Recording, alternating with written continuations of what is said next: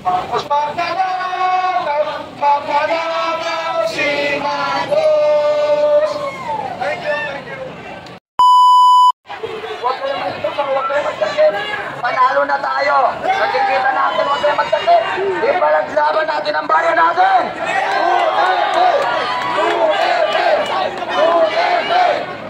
Lahat tayo na pumunta dito, bawat isang mahihinain.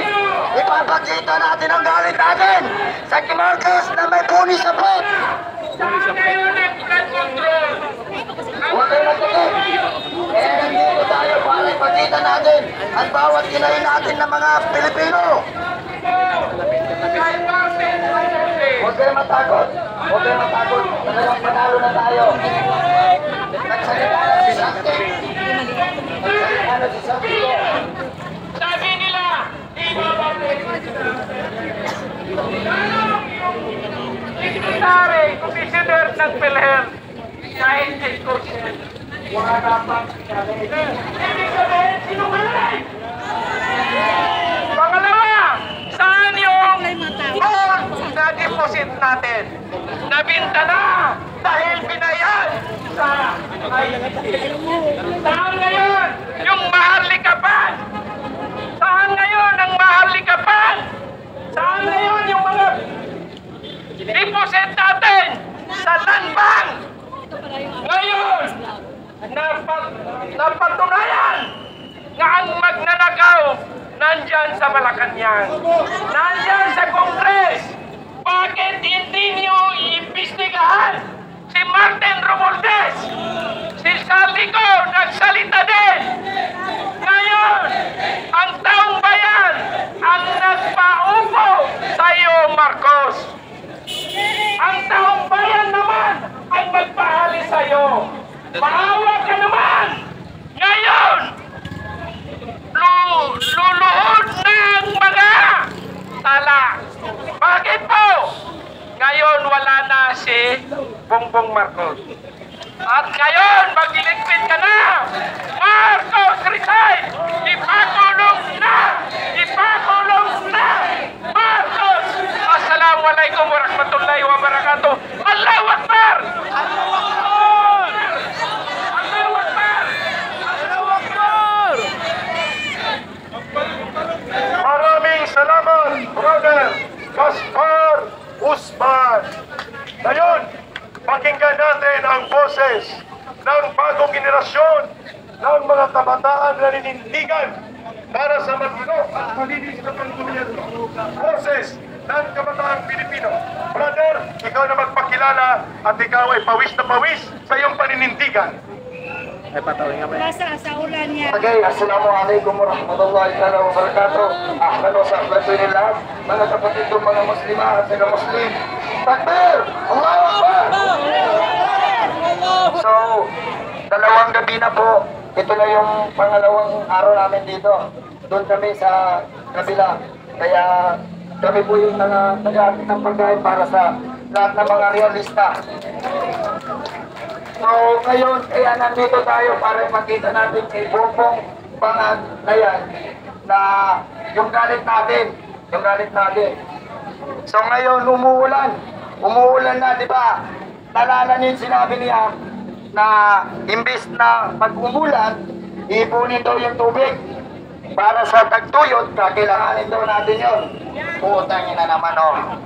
Di ba? So, ngayon, Marcos, tatlo kayo, Marcos, nawawalan na ako ng boses. Please lang, mag-resign ka na! Mag-resign ka na! Mag-resign ka na! Mag-resign ka na! So ngayon, nandito na kami para ipapakita sa iyo, Bongbong Marcos, nagsalita na si Saltico.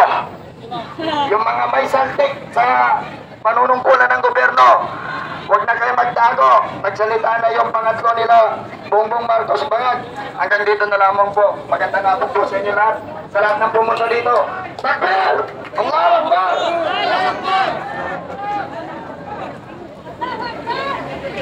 Ayun, maraming salamat sa lahat sa inyong pagsakripisyo, brother. At may isa pang magsasalita. Okay. Habang naglumalapit ang iba pang mga kasama, ang panawagan ng taong bayan ay ating ipaabot sa buong daigdig. Ano po yun? Una, Marcos resign, aristuhin, ikulong sa selda 13. Yun muna. Okay, practice makes perfect. Go! Marcos resign, aristuhin, ikulong sa selda 13. Marcos resign, aristuhin, ikulong sa selda 13. Marcos resign, aristuhin, ikulong sa selda 13. At kung hindi siya aalis, ang panawagan sa kanya ng taong bayan, Marcos, itutukan ka! Marcos, itutukan ka! Marcos, itutukan ka! Sumuko ka na! Marcos, itutukan ka! Sumuko ka na! Marcos, itutukan ka! Sumuko ka na! Marcos, itutukan ka na! Sumuko ka na! Parang natatakot na kayo magsalita ng word na tukhan. Bakit ako tukhan sa tukhan? Tukhan lang, tukhan. Hindi ko tukhan. Okay, ulit. Marcos, sumuko ka na! Itutukan ka na! Marcos, sumuko ka na! Itutukan ka na! Marcos, sumuko ka na! Itutukan ka na! Marcos, sumuko ka na! Itutukan ka na! Sino daw ang tutukan? Ang taong bayan! Mga mamang pulis, mga kaibigan, mahirong ng posas, si Marcos ay pupusasan na sa malapit-lapit na panahon. Yehey! Pwede daw kalagkalin na lang. Okay. Sige. So, pakinggan muna natin ang kababayang Muslim. Ma'am Saira, saan ka na? Saan na po ang boses ng kababayang Muslim? Pwede na po lumapit dito. Okay. Ngayon po. Saira, nandito ka na. Saira! Palike and share po, palike and share. Pagwan, mamula. Magkano naman ang... Balik ka na. Ay, di ko kilala. Nalapitin mo dito.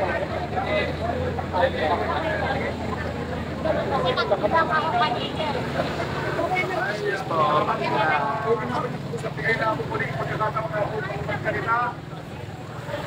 Usapan po natin. Kalikasan.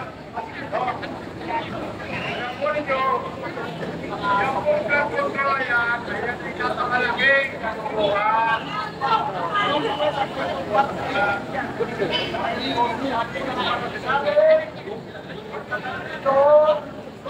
Kaya kapakalan ng kawayan,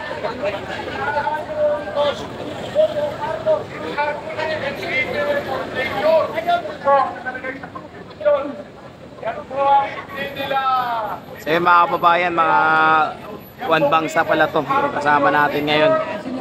No, yung mga kapatid natin, mga Muslim to.